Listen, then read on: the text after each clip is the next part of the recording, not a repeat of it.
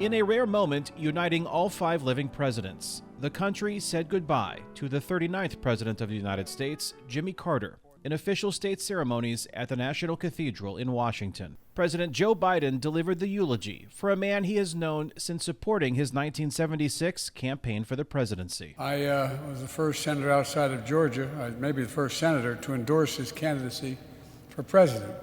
It was an endorsement based on what I believe is Jimmy Carter's enduring attribute: character. Character.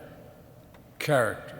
The son of President Gerald Ford, Carter's Republican rival for the White House in 1976, also delivered a eulogy his late father wrote to honor his successor. Honesty and truth-telling were synonymous with the name Jimmy Carter.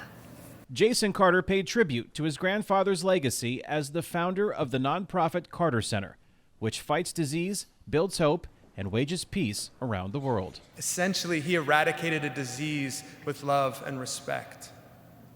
He waged peace with love and respect.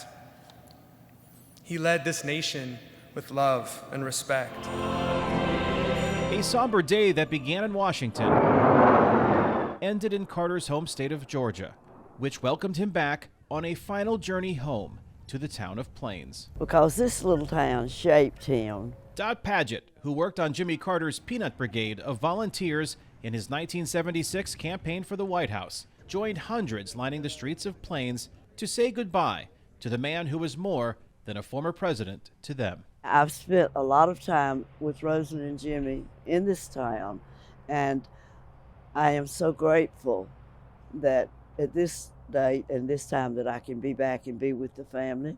President Carter put Plains in the spotlight for most of his life, and his final journey through the town he called home for a century attracted media and visitors from around the world. It is a sad occasion, and America and the world will be less well off because of the passing of Jimmy Carter. Former member of the Parliament of the United Kingdom, Sir Simon Burns, traveled from England to say goodbye to his friend Jimmy Carter. I think as the casket passed, the finality of the situation really struck home.